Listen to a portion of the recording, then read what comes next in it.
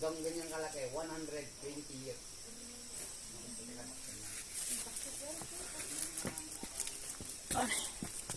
Aray. Sabihin nyo, ito ay bato. Ulo. Hindi. Oo. Tingnan tayo, tingnan natin kung ano ating bato yan. So, patayin. Hanap ka ng ano, ate. Oh. Tingnan tayo, tingnan natin. Yan ay bato na stalagmite. Hindi na alam? Yan pa'y parang kamay na nagpipray. Oo nga naman, oh. Nagpre-pray. Iba kasi. Ito doon.